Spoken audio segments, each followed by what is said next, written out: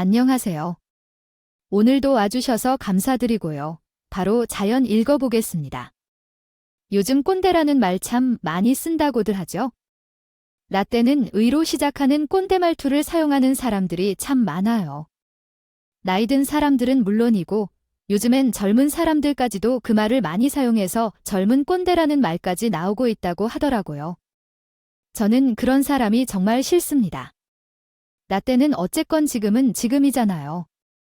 라떼 이러저러 해서 괴로운 일이 있었다면 그 뒤에 세대에게는 그 괴로운 일을 물려주지 않기 위해 노력해야 하는 게 사람의 도리 아닐까라고 생각해요.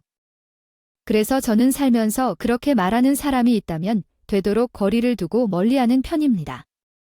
학교를 다닐 때도 그런 말을 꺼내는 선배가 있다면 그 선배와 관련된 동아리는 절대 들어가지 않기도 했었죠.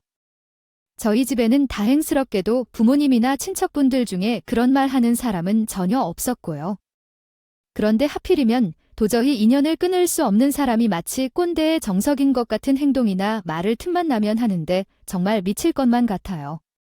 새벽 3시에 일어나서 아침밥 준비하고 그랬다. 넌 실컷 자고 그러지? 그때 시집 왔으면 너는 하루 만에 쫓겨나서 나는 말이 대표적이었죠네. 저희 시어머니 이야기입니다.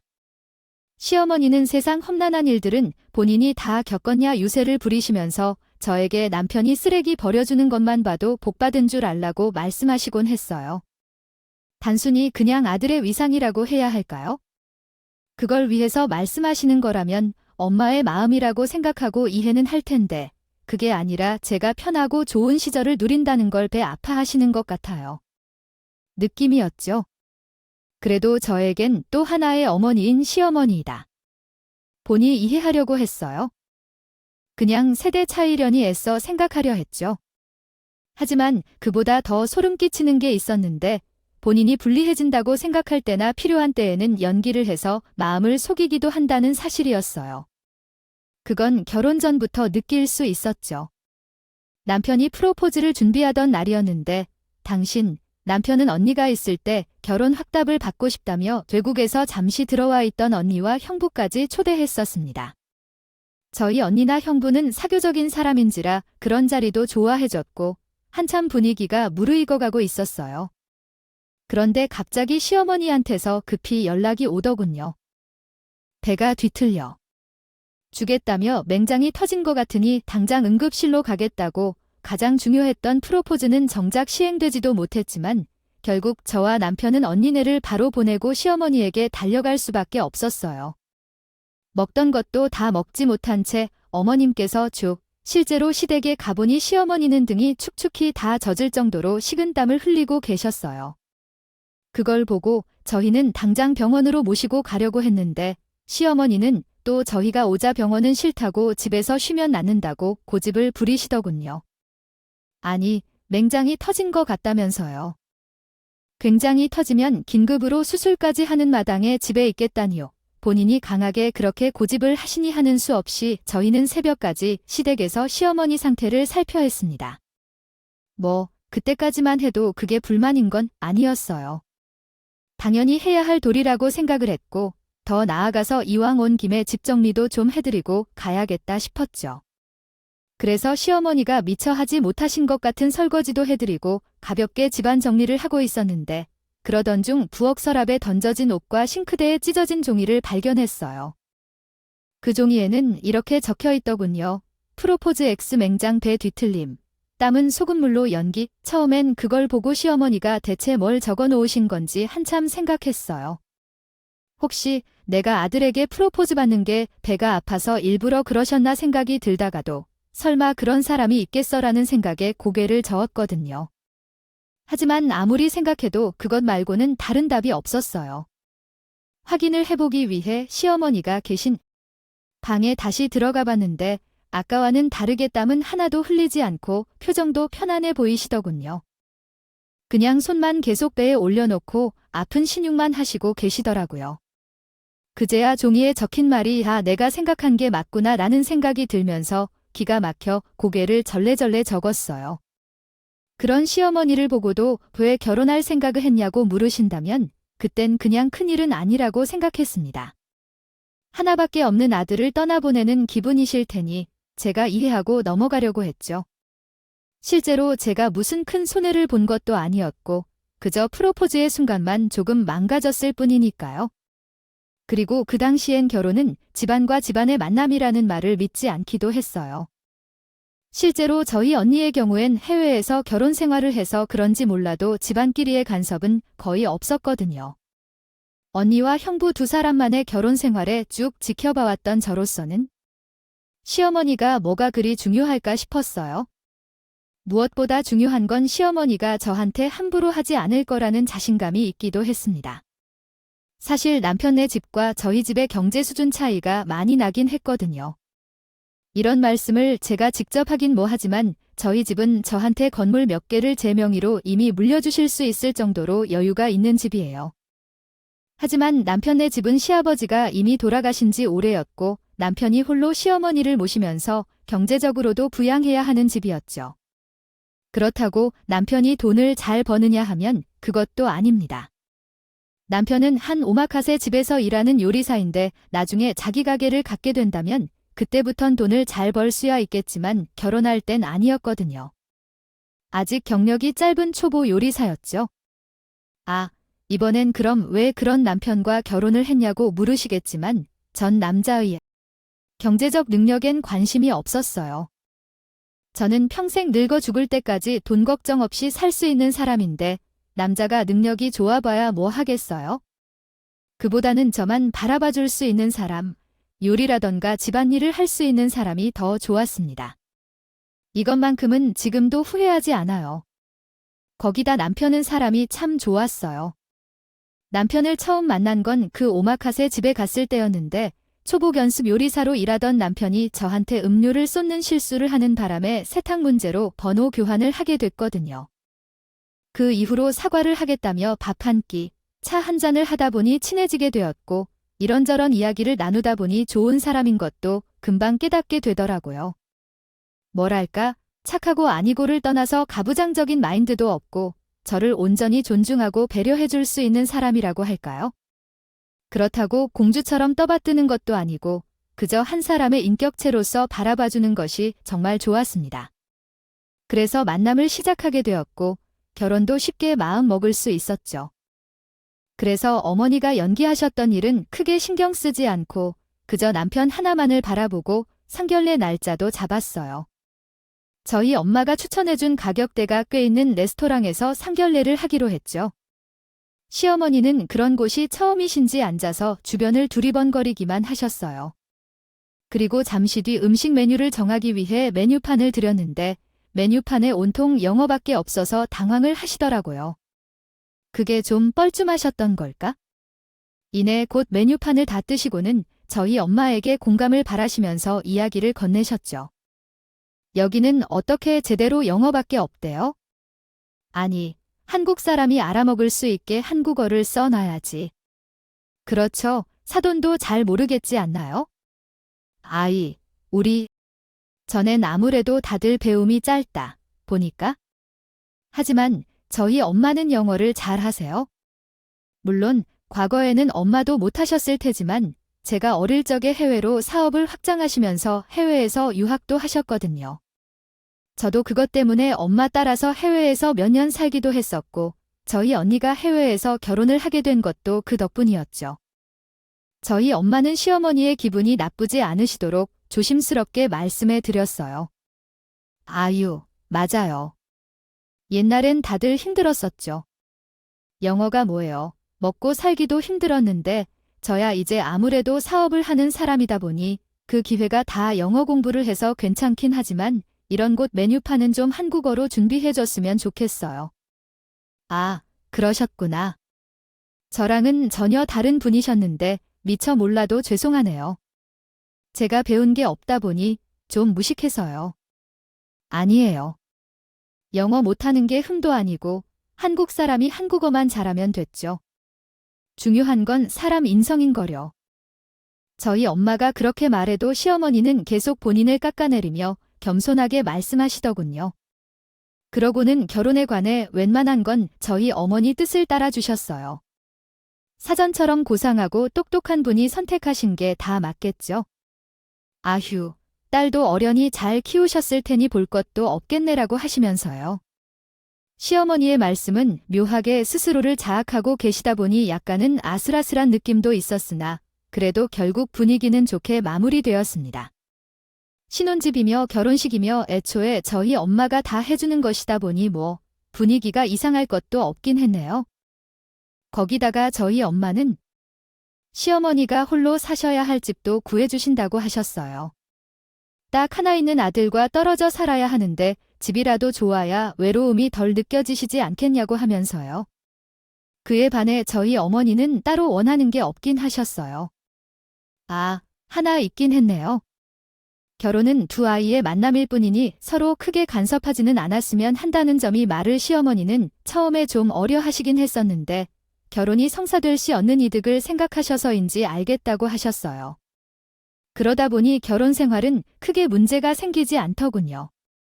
시어머니는 우리 엄마의 바람대로 저한테 크게 터치하는 게 없기도 하셨고 저는 제가 생각했던 대로의 결혼 라이프를 실행할 수 있었어요. 집안과 집안의 만남이 아닌 두 사람만의 결혼 라이프를요. 물론 나의 시어머니를 안 보고 살았다는 건 아니에요. 명절이나 생일 때는 당연히 얼굴을 보고 밥을 먹었거든요. 다만 다른 집들 하는 것처럼 차례 준비를 한다거나 하진 않았고 밖에서 맛있는 밥을 사 먹으면서 시간을 보내곤 했습니다.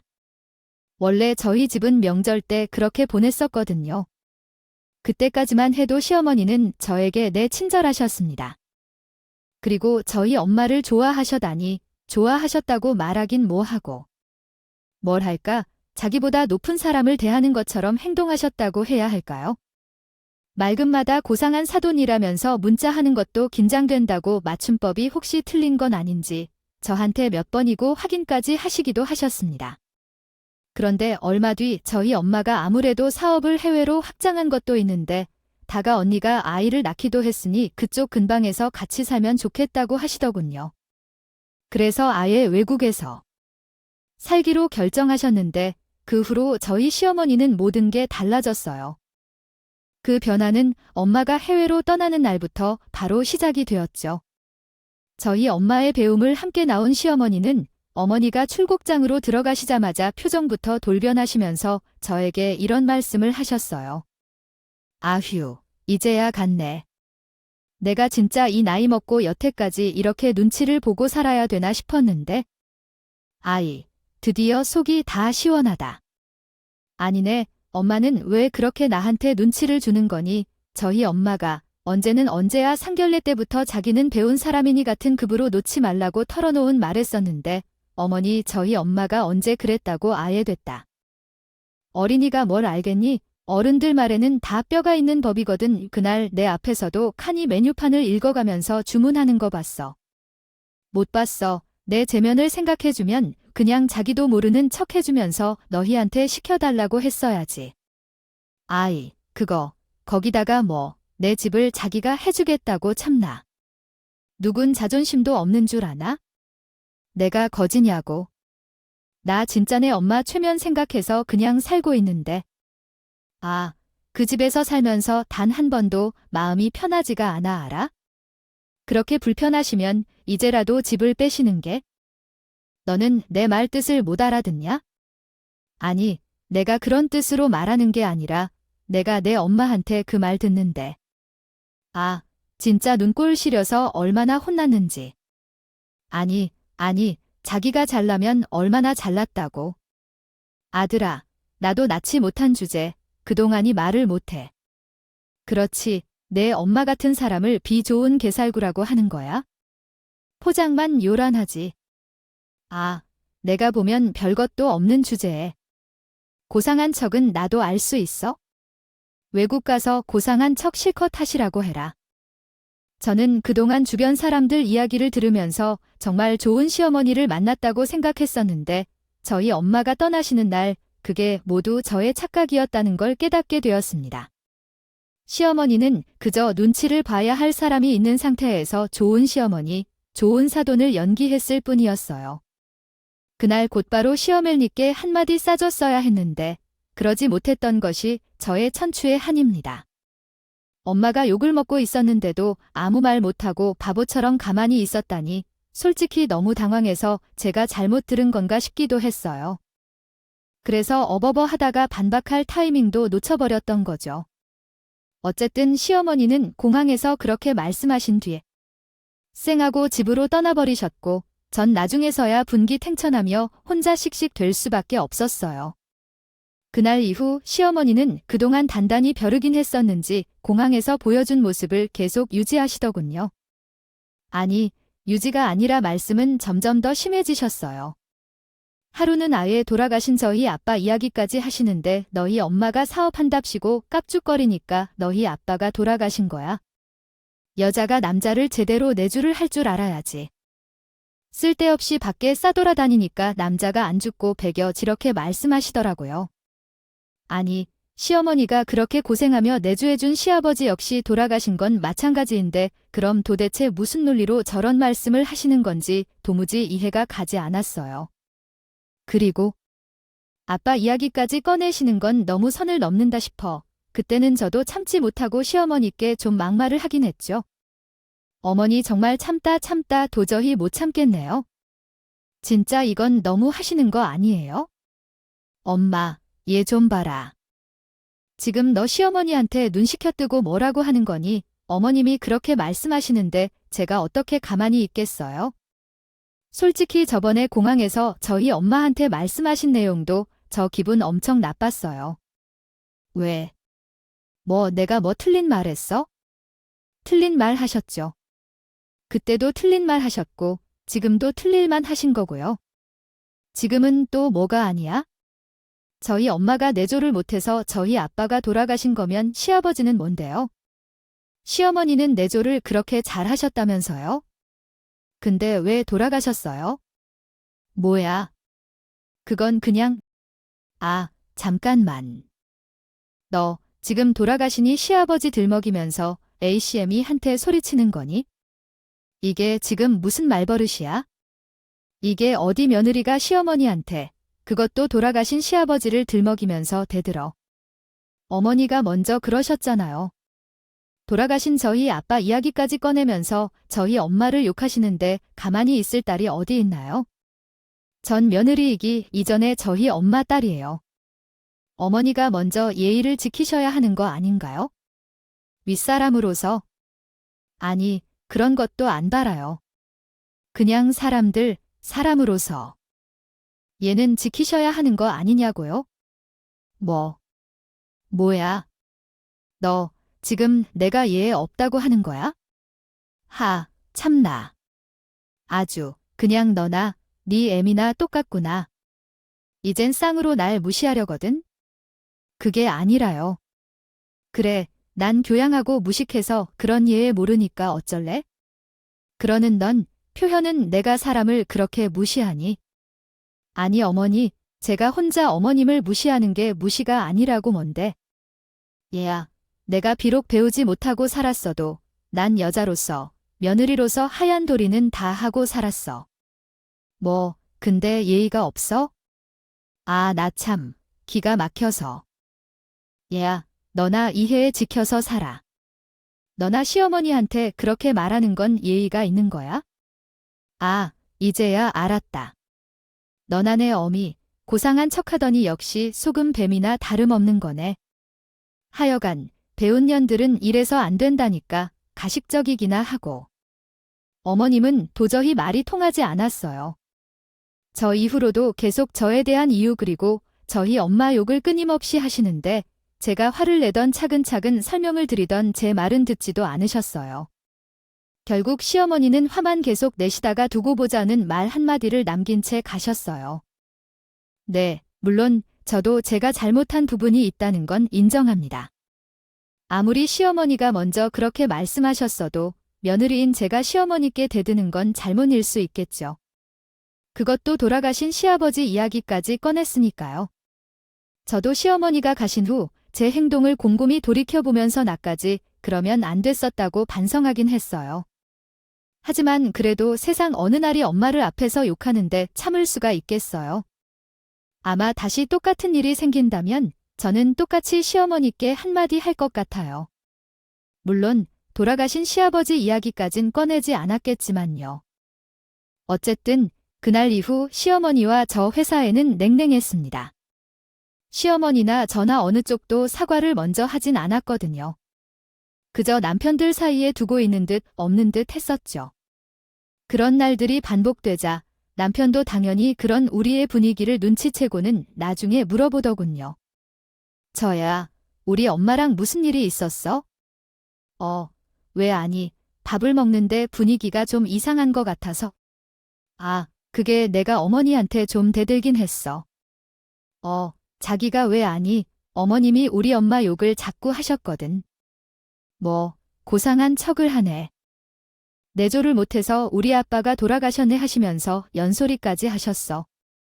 뭐, 우리 엄마가 그런 이야기를 했다고. 그러다 보니까 나도 참지 못하고 시아버지에게 꺼내면서 대들었어. 미안, 자기가 미안하게 뭐가 미안해? 자기 입장에서 그럴 수밖에 없지? 그거 우리 엄마가 잘못하긴 했어. 아휴, 우리 박 여사님, 내가 한마디 해드려야겠다. 자기가 뭐라 하겠다고? 아니, 내 편 될 필요는 없는데. 아니야, 자기 편 드는 게 아니라 그건 엄마가 먼저 잘못했으니까 그런 거야. 엄마가 먼저 사과하고 그 다음엔 자기가 사과하면 되지 뭐. 내가 엄마한테 말할게. 솔직히 남편의 말에 굉장히 놀랐어요. 그럴 경우 보통 아내 편보다는 엄마 편을 들기 마련이잖아요. 아니면 그래도 연장자이신데 먼저 숙여드리라고 한다거나 하지만 저희 남편은 그런 거 상관없이 그냥 객관적으로 잘잘못을 따지고는 엄마가 먼저 사과하게끔 본인이 말해준다고 해줬어요. 그 소리를 들으니까 나도 참철이 없었단 생각과 함께 쓸데없는 것에 목숨 걸고 있었구나 싶었습니다. 남편이 그렇게 제 입장을 생각해주는데 저는 남편 입장도 생각 안 하고 시어머니와의 냉랭한 관계를 유지하고 있다는 게 부끄러웠어요. 전 당장 엄마한테 전화를 하겠다는 남편에 말린 뒤 그냥 제가 먼저 사과하겠다고 말했습니다. 시어머니와 며느리의 관계에서 누가 먼저 사과하는 게 중요한 건 아닌 것 같다. 어쨌든 내가 잘못한 부분도 있으니 내가 먼저 사과드리겠다고 했어요. 그게 예의인 것 같기도 했고 앞으로의 시어머니와의 관계에서도 그게 더 좋을 테니까요. 저는 다음 날 시어머니께 전화를 드렸어요. 마침 명절도 다가오고 있었기에 사과를 드린 뒤 혹시 받고 싶은 선물 없으신지 여쭤보고 챙겨드리면 그래도 조금이나마 관계 회복에 도움이 되지 않을까 싶기도 했거든요. 어머, 무슨 일로 이 무식한 시어머니한테 내가 다 전화를 했냐? 어머님, 그땐 제가 너무 흥분했던 것 같아요. 죄송해요. 뭐, 어머님이 무슨 말을 하셨든 며느리인 제가 그래서는 안 됐는데 다시 생각해보니 너무 죄송스럽더라고요. 그래서 사과를 드리려고요. 참나, 어제 밥 먹을 때도 아무 말이 없더니만 그래, 뭔 이거니 잘못을 알았으면 됐다. 내가 넓은 아량으로 이해해줘야지. 네, 이해해 주신다고 하시니 감사해요. 아, 그리고 이번에 명절이 다가오는데 어머님, 혹시 받고 싶은 선물 있으신가요? 선물 네, 어머님 좋아하시는 걸로 가려고요. 맛있는 식사도 대접해드리고 선물이라. 예, 그런 건 됐고 너 명절 전날 새벽 5시에 우리 집으로 오기나 해라. 네, 새벽 5시요. 그건 왜 내가 너한테 이것까지 일일이 말해줘야 하니? 아니요, 그건 아닌데 됐고 그냥 5시까지 오기나 해봐랐지? 그럼 끊는다. 솔직히 다음번에 분위기가 좋아질 거라고는 생각을 안 했지만 시어머니의 갑작스러운 요구는 당황스럽기만 했습니다. 하지만 이봉 굽히고 들어가기로 마음먹은 거 시어머니의 요구대로 따르기로 했죠. 명절 전날 같은 경우 남편은 식당으로 출근을 해야 했기에 저는 혼자 새벽 5시에 시댁으로 향했어요. 그런데 시댁에 가보니 기가 막힐 노릇이더군요. 시어머니는 저에게 문만 열어주신 뒤 거실에 있는 쪽지를 읽어보라고 하셨어요. 그리고 본인은 방으로 다시 들어가 쿨쿨 주무시기 시작하셨어요. 전 그런 시어머니의 태도가 어이가 없었지만 할 수 있나요? 하라면 해야죠. 거실에 가보니 음식 재료들이 산더미처럼 쌓여 있더군요. 그리고 쪽지 하나가 달랑 보였는데 그 쪽지에는 이렇게 적혀 있었습니다. 만두 빚어놔라. 내가 잘못했다고 생각하는 만큼 만들어. 아, 말도 안아 빚지도 못하는 건 아니지. 사돈이 기본은 가르쳤을 거 아냐. 그 쪽지를 보고 가장 먼저 든 생각은 내가 괜히 먼저 숙이고 들어왔구나 였습니다. 시어머니는 사과를 고질꽃대로 받아들이는 분이 절대 아니었어요. 오히려 약점이라 생각하고 그것을 이용하시는 분이셨어요. 그냥 다시 집으로 돌아갈까 하는 생각도 들었는데요. 쪽지에 남겨놓은 사돈이 기본은 가르쳤을 거 아냐라는 말이 마음에 걸리더군요. 만약 제가 이걸 제대로 하지 못한다면 또 저희 엄마만 욕하실 것 같았어요. 그래서 그래 까짓것 그냥 눈 닦았고 하자 다 하고 나면 시어머니도 달라지시겠지라고 생각하며 만두 재료를 다듬은 뒤 만두를 만들기 시작했어요. 한아침 10시 정도였나 그때까지 만들었을 거예요. 적게 만들면 또 반성이 부족하니 어쩌니 트집을 잡으실 것 같아서 그냥 시어머니가 깨실 때까지 만들려고 했었죠. 그런데 시어머니는 10시가 겨우 되어서야 방에서 나오시더군요. 그런데 시어머니는 방에 나와 제가 빚을 만들어 보더니 이렇게 말씀하셨어요. 이게 뭐야, 마음들을? 뭐 이렇게 빚었어? 참나, 넌 참 재주도 없다. 어휴, 못난 건 썩 버려야겠다. 너는 반성하는 거면 좀 정성껏 해라. 이게 뭐니? 이게 만두들 싹 다 버릴 테니까. 다 집이죠. 그리고 다시 반성도 좀 하고 얘기에 다도 닦는 거야? 내가 여태 빚은 많으면 산도서 할 수 있어? 500개는 아무것도 아니지. 교양 머리 없는 시어머니의 정신교육이니까 쉬지 말고 해 반성하면서 그렇게 말씀하심과 동시에 시어머니의 입꼬리가 슬며시 올라가는데 혹시 앞으로도 계속 내가 만드는 걸 버리실 생각이신 건 아닐까? 계속 이런 식으로 끝을 내지 않고 괴롭히려고 하시는 건 아닐까 하는 생각이 들었어요. 그리고 제 생각은 현실이 되면서 만두 500개를 빚을 때마다 시어머니의 말씀은 다시 반복되었죠. 10시간 거의 10시간은 빚었을까? 거예요. 그런데도 완성된 만두에게 쓰는 계속 연기일 뿐이었죠. 허리가 끊어질 듯이 아프고 손이 저려오는데 그보다 더한 고통은 만두를 빚는 동안 들어야 하는 어머니의 빚꿈을 견디는 일이었습니다. 이렇게 밖에 못 빚어내. 엄마도 참 글로 먹었다. 다시한테 이런 거 하나 안 가르치고 뭐 한 거야. 이러니까 밖에서 사업을 하든 뭘 하든 아무 의미 없다는 거야. 에이씨, 이것도 못 쓰겠다. 넌 대체 언제 잘할래? 그동안 착한 내가 너무 풀어졌어. 너를 역시 며느리는 족쳐야 기강이 선단 말이 맞다니까? 이런 말씀들을 계속 하시는데 속에서 화가 차오르는 걸 억누르기가 굉장히 힘들더라고요. 만두가 정말 문제가 있는 것도 아니었습니다. 제가 바보도 아니고 아무리 요리 솜씨가 부족하지만 만두 비는 것도 못하는 모질이는 아니에요.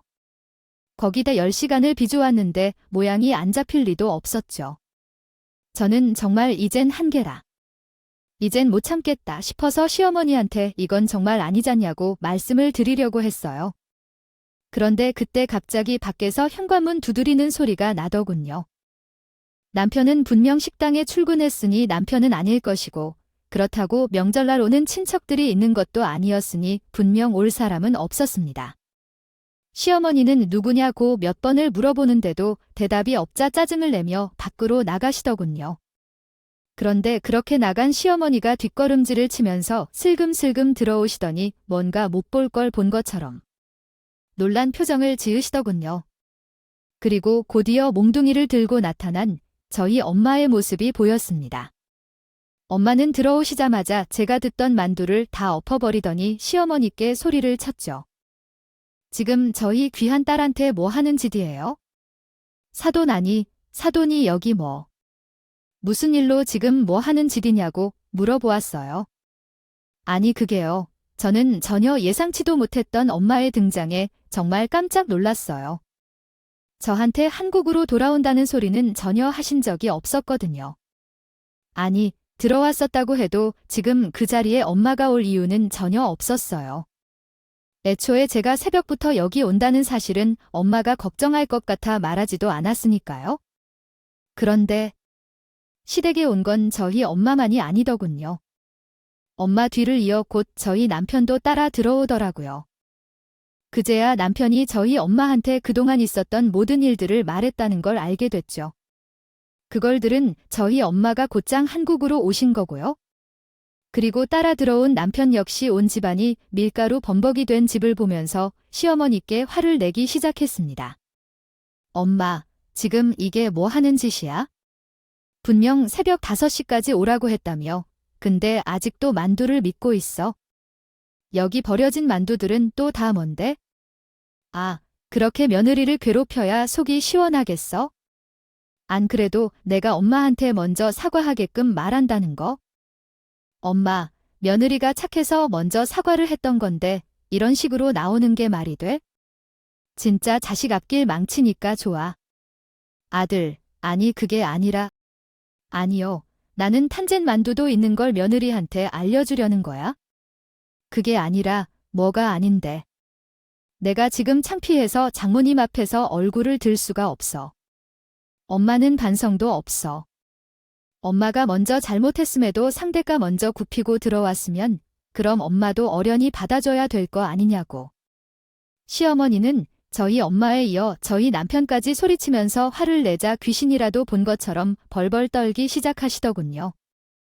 자기보다 잘났다고 생각하는 저희 엄마가 몽둥이까지 들고 왔고 거기에 효자라고 생각하는 자기 아들은 생전 처음으로 화를 내고 있으니 무서울 수밖에 없으셨겠죠. 시어머니는 곧 무릎을 꿇으시더니 싹싹 들기 시작하셨습니다. 잘못했습니다. 사돈님. 학교 그냥 며느리로서 며느리 교육 좀 시키려고 했는데. 교육이라고요. 요즘엔 괴롭힘을 교육이라고 표현하나요? 아니, 그게 지금 우리 애들 신혼집 그리고 사돈이 살고 있는 이제 제가 다 해준 건 아시죠? 아, 예. 그럼 시어머니는 애들에게 뭘 해주셨어요? 시어머니 대접을 받으실 만한 단 하나 무엇이라도 해주신 게 있으신가요? 그게 사람이 양심이 있어야죠. 해준 것도 없으면서 며느리를 괴롭히는 게 말이 되나요? 하긴 양심이 없긴 하시겠다. 저한테 지금까지 선물 받아서 이렇게 사시는 주제에 제 욕도 그리 실컷 해 오셨으니 잘못했어요. 사돈, 제가 정말 잘못했습니다. 한 번만 용서해 주세요. 용서. 글쎄요. 지금 심정으로는 그냥 사돈한테 준 이 집도 다시 가지고 오고 싶은데 아니, 이것만은? 그건 또 싫어요? 그럼 어쩐다. 아, 사돈은 해준 것도 없는데. 며느리 교육을 하셨으니 저는 사돈 교육을 더 엄하게 해도 되겠죠? 아이, 그게 무슨. 만두 빚으면서 반성하라고 하셨다면 그럼 당신도 똑같이 해야지. 어차피 여기 재료들은 아직도 많이 있네. 그럼 사돈도 만두 빚으면서 자기 행동 계속 반성하세요. 한 3,000개 정도면 되겠네요. 제가 정말 많이 봐드린 거예요. 마음 같아서 10,000개도 모자라 자하세요. 얼른, 시어머니는 저희 엄마의 말에 뭐라 말을 하려고 하다가 이내 곧 보게 하시고는 힘없이 주저앉아 만두를 빚기 시작하셨습니다. 그 모습이 조금은 안쓰럽게 보이기도 했지만 솔직히 통쾌한 마음이 더 클 수밖에요. 없어요. 그날 시어머니는 정말 3,000개 만두를 혼자 빚을 때까지 밤을 새우다시피 하셔야 했어요. 그날 이후 시어머니는 다시 예전 모습으로 돌아가셨습니다. 아니, 그보다 더 힘이 많이 없어진 모습이긴 했죠. 그리고 저희에게 거의 관여를 하려 하지 않으셨어요. 저희 엄마에게 조심스러울 뿐만 아니라 저에게도 조심스러워 하시더군요. 그리고 몇 달에 한 번씩 지금 살고 계시는 집 이야기를 하세요. 이 집 빼면 본인은 길거리에 나앉게 되니 잘 좀 봐달라면서요. 이걸 빌미로라도 본인이 좋아 저희 엄마에게 허튼 소리 하지 않겠다고요. 그러니 거주권은 지켜줬으면 좋겠다고요. 이런 말을 조금은 염치 없이 태연하게 말하시는데 그 모습 또한 왜인지 제가 다 부끄럽고 처량해 보였어요. 사실 저희 남편은 본인 엄마인데도 정이 떨어진다면서 멀리 하려고 했어요. 하지만 그래도 제가 그러진 말자고 설득했어요. 그래도 부모 자식 간인데 한 번의 실수 한 번의 잘못쯤은 용서하고 이해해 주자고요. 제가 천사가 아니거나 착함에 빠진 바보가 아니에요. 다만 어차피 이젠 더 이상 어머님이 저에게 스트레스를 주지도 않는데 저 때문에 모자간의 관계를 끊는 건 뭔가 죄를 짓는 듯한 기분이 들어 찝찝하더라고요. 그리고 혹시나 또 어머님이 갑자기 이상한 짓을 하려고 하시면 언제든 저를 지켜줄 엄마나 남편이 옆에 있잖아요. 한 가지 아쉬운 건 전 그날 이후로 만두를 아직까지 못 먹는다는 사실입니다. 만두만 보면 그날 시어머니가 못된 짓들을 하며 만두를 빚으면서 힘들었던 고통이 떠오르더라고요. 만두 참 좋아했었는데 한국의 고부관계는 참 어려운 것 같아요.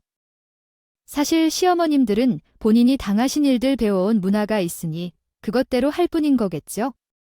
하지만 시대가 바뀌는 만큼 언젠가는 이런 문화들이 모두 바뀌고 그저 사람들 사람으로서 혹은 정말 가족으로서 서로를 존중해주고 배려해주는 문화가 형성됐으면 좋겠어요.